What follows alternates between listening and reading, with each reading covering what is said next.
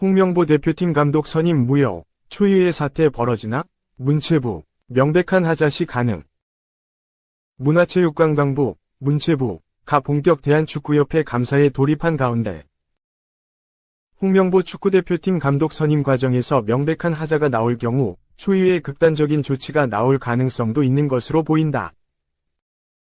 지난 12일부터 본 감사에 돌입한 문체부 관계자는 OSEN과 통화에서 홍 감독 선임 과정에서 불거진 논란과 함께 그 절차가 제대로 진행됐는지 중점적으로 살펴볼 것이라고 밝히면서도 명백한 하자가 있을 경우에는 극단적인 조치가 나올 수도 있다고 밝혔다.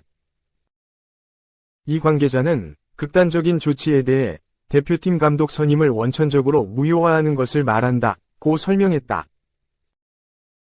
한마디로 협회가 홍 감독을 대표팀 사령탑으로 선임하는 과정에서 절차 규정을 위반했다고 결론 내릴 경우 초유의 대표팀 감독 선임 취소 사태가 벌어질 수 있다는 말이다. 다른 문체부 관계자도 실질적으로 감독 선임을 무효화한다는 것은 쉽지 않을 것 같다. 감독 선임을 다시 돌릴 수는 없지 않겠나 면서도 기초조사 과정에서 문제가 발견돼 감사의 필요성이 나왔다. 그렇지 않았다면 감사에 나서지 않았을 것이라고 가능성을 열어뒀다. 홍 감독은 이미 대표팀 사령탑 임무를 수행하고 있다. 외국인 코치 선임과 손흥민, 32, 토트넘 등 유럽파 주축 선수들을 만나기 위해 유럽 출장까지 다녀온 상태다. 또 홍 감독은 다음 달 5일 서울 월드컵 경기장에서 열리는 팔레스타인과 2026 국제축구연맹 FIFA 북중미 월드컵 B조 1차전 준비에 나선 상태다.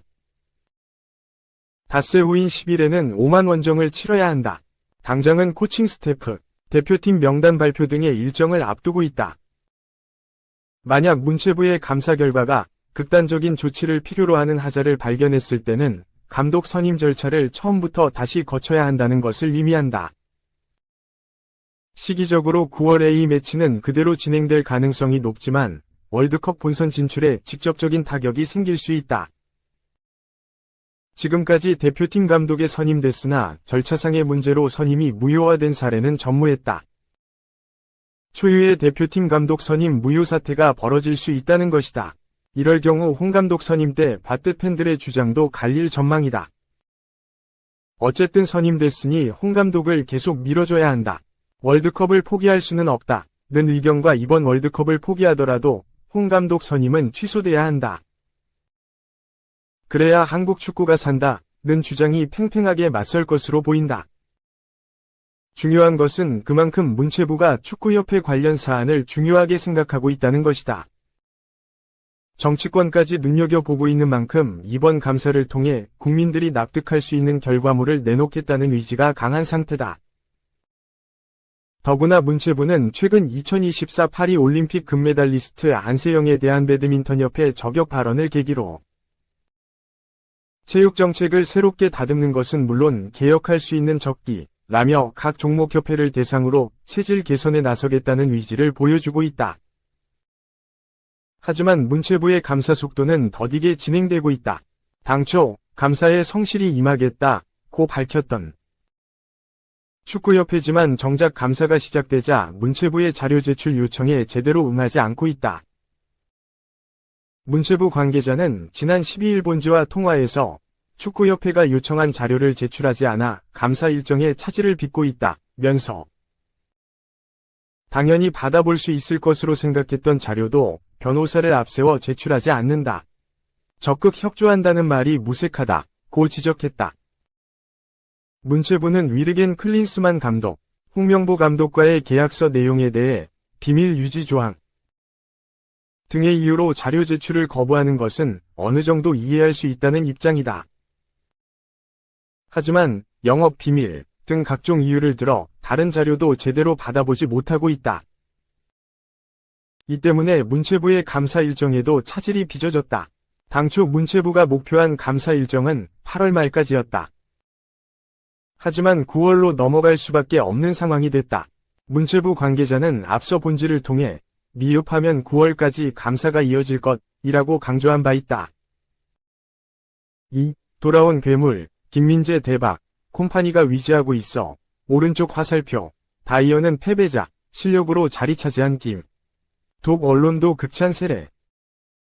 독일의 아벤트 차이퉁은 19일, 한국 시각, 콤파니의 시그니처 전술과 그에 따른 패배자들이라며 뱅상 콤파니 감독의 전술과 선수단 상황을 조명했다. 아벤트 차이퉁은 콤파니는 빠른 트랜지션 게임에 집중하고 있다. 그의 스타일은 토마스 투엘과 비교해 새로운 전술적 방향이며 빠른 시작과 높은 압박, 공격적인 태클이 보여진다. 공을 상대로 더 많은 움직임이 있으며 콤파니는 특히 공을 가진 상황에서 필요한 패스와 삼각형 균형에 위존하며 마누엘 노이어도 더 많이 공을 만질 것이다. 이것이 콤파니의 방향성이다라며 콤파니 전술을 소개했다. 이어 콤파니는 김민재, 다이엇 우파메카노에 위지하고 있다. 반면 다이어는 패배자 중 한 명이다. 콤파니의 철학, 경기 전술은 이를 가장 잘 구현할 수 있는 전문가들을 필요로 한다.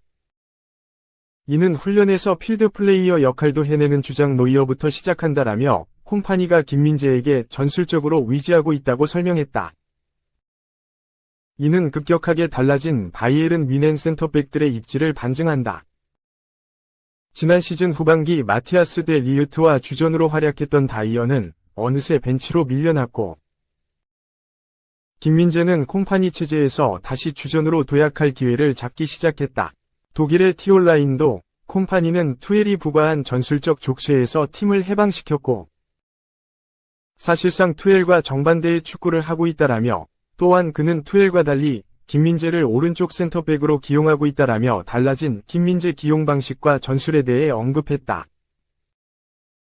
전술적으로 콤파니 체제의 중심으로 자리 잡기 시작한 김민재는 이미 올 시즌 바이에른 뮌헨의 첫 공식 경기에서 기량도 증명했다.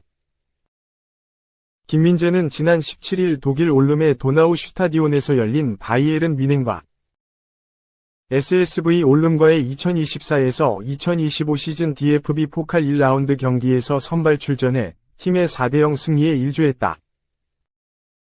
선발 출전한 김민재는 이날 경기 풀타임을 소화하며 패스 성공률 88%, 기점 패스 1회, 클리어링 3회, 경합 성공 6회 등 안정적인 수비력을 선보이며 팀 대승에 일조했다.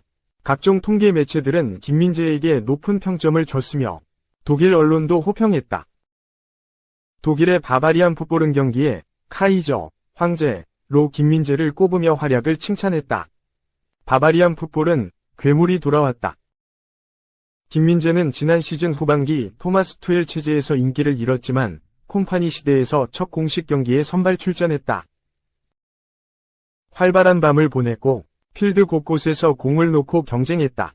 후반에는 하프라인에서 공을 걷어내기도 했고 그 주변에서 상대가 쉽게 공을 잡을 수 없게 했다라며 활약상을 설명했다. 이어 물론 좋은 패스도 있었다. 뮬러가 선제골을 넣고 2분 만에 상대 수비 뒤로 쇄도하는 세르지 그나브리를 발견한 것은 김민재의 예술 패스였다.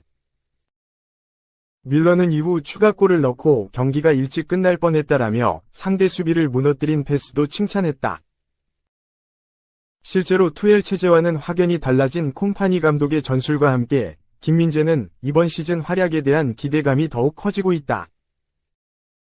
토마스 투엘 감독 밑에서 고전하던 모습과는 확연히 다르다. 김민재는 지난 시즌 후반기 당시 어려운 시간과 함께 시즌 종료 이후 이적 가능성까지 등장했다. 전 소속팀 나폴리를 시작으로 인터밀란, 유벤투스, 맨체스터 유나이티드, 사우디아라비아까지 다양한 곳에서 김민재에게 관심을 보였다. 하지만 김민재의 선택은 무조건 바이에른 잔류였다. 김민재는 당초 시즌 종료 시점부터 이미 인터뷰를 통해 꾸준히 바이에른에 남겠다는 의지를 피력했다. 그는 개인적으로 만족스럽지 못한 시즌이고 다음 시즌에 더 발전해야 한다. 시즌이 끝나면 항상 많은 생각을 하게 된다.